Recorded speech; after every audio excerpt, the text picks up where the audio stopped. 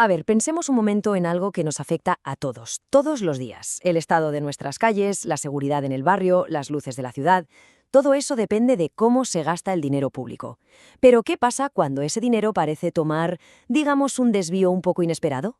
Pues para entender un escándalo de mala gestión en Zacatecas, tenemos que empezar por una sola palabra. Seguro que la palabra nepotismo nos suena a todos, ¿verdad? La definición es simple: favorecer a familiares o amigos con cargos públicos. Pero claro, una cosa es la definición del diccionario y otra muy distinta es verlo con nombres, apellidos y, bueno, un sueldo que sale del bolsillo de todos. Vamos a ver cómo se materializa esto en el Ayuntamiento de Jerez. Y aquí lo tenemos, en bandeja. En el Ayuntamiento de Jerez nos encontramos con que el secretario de Gobierno tiene como asesor jurídico a su propio hermano, con un sueldo, por cierto, de más de 18.000 pesos al mes. Y claro, esto no es solo una curiosidad familiar, es una de esas banderas rojas que hizo que saltaran todas las alarmas y que acabó destapando una investigación mucho más grande. Pues eso, nuestra historia arranca aquí, en Jerez. Lo que en un principio parecía un simple caso de favoritismo familiar, de enchufismo de toda la vida, pronto empezó a oler a algo mucho más preocupante: una posible fuga de dinero público a través de las nóminas. Porque el problema se hizo más grande.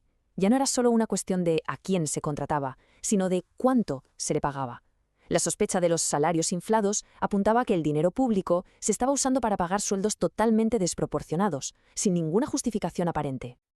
A ver, si echamos un vistazo a la nómina, algunos sueldos altos, como el de la jefa de gabinete, pues bueno, podrían tener su lógica. Pero, ojo, aquí es donde la historia da un giro un poco raro.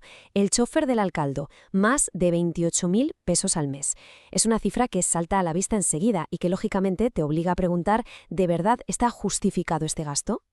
Y claro, esto ya no son rumores de pasillo, ¿eh? Una demanda formal lo deja negro sobre blanco, hablando de un posible desvío de recursos. La palabra clave aquí es demanda. Esto significa que hemos pasado de la investigación periodística a los tribunales, y eso, amigos, lo cambia absolutamente todo. Resulta que el caso de Jerez era, como quien dice, solo la punta del iceberg. Al empezar a tirar de ese hilo, las auditorías del Estado destaparon un problema muchísimo mayor. Así que ahora vamos a hacer precisamente eso: seguir el rastro del dinero para ver cómo lo que pasaba en un municipio era en realidad un patrón que se repetía por toda la región. Para entender cómo se vigila a los gobiernos, hay que conocer este documento, la cuenta pública. Imaginaos que es como la declaración de la renta de un ayuntamiento, para que nos entendamos. Aquí tienen que detallar hasta el último céntimo que entra y hasta el último céntimo que sale. Es el punto de partida para que los auditores empiecen a hacer preguntas.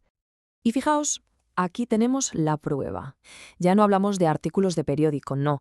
Estos son documentos oficiales, dictámenes de la legislatura del Estado. Son el resultado de analizar con lupa esas cuentas públicas, y es aquí donde se empieza a seguir la pista del dinero de manera formal y rigurosa. Y cuando los auditores encuentran algo que no cuadra, emiten esto: un pliego de observaciones. Es el equivalente a que un inspector de Hacienda te diga: oye, esto no tiene buena pinta, necesito que me lo expliques con facturas y con pruebas. Es la primera alarma oficial de que algo podría estar yendo muy mal. Y claro, al juntar los pliegos de observaciones de varios municipios, la imagen que aparece es, cuanto menos, alarmante. Lo de Jerez no era un caso aislado, para nada. Era un patrón que se repetía por todo el Estado, una especie de manual de malas prácticas en la gestión pública. Y la lista de irregularidades que encontraron es, bastante variada. Va desde lo más obvio, como salarios ilegales o pagar por obras que nunca se hicieron, hasta cosas un poco más sofisticadas. Por ejemplo, las operaciones simuladas o los pagos a aviadores, que es el nombre coloquial que se le da a los empleados que cobran un sueldo sin ni siquiera pisar la oficina. Empleados fantasma, vamos. Mirad esta cifra. En el municipio de Pinos, la auditoría detectó que casi 1.400.000 pesos de fondos federales, que venían con una etiqueta para proyectos concretos, se usaron sin más para pagar salarios. Esto, se mire como se mire, es un desvío de recursos en toda regla. Este caso es que es de película, de verdad. El Ayuntamiento de Moyagua de Estrada paga 125.000 pesos por unos eventos artísticos. ¿El problema? El pago se hace a través de una empresa intermediaria. Pero es que cuando le preguntan al artista, el tío dice que no conoce de nada a esa empresa. Pues esto es un ejemplo del libro, de lo que los auditores llaman una operación simulada. Y aquí el ejemplo más claro de los aviadores que comentábamos. En Guadalupe, la cifra es simplemente increíble: más de 4.200.000 pesos en sueldos, pagados a personas de las que no hay ni una sola prueba de que trabajaran para el municipio.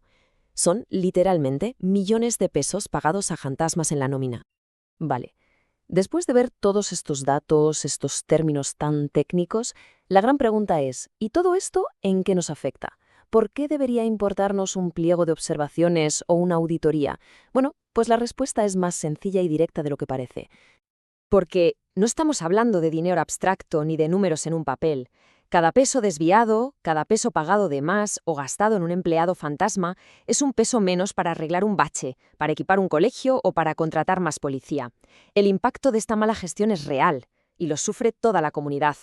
El dinero público tiene destinos muy claros: obras, salud, educación, seguridad.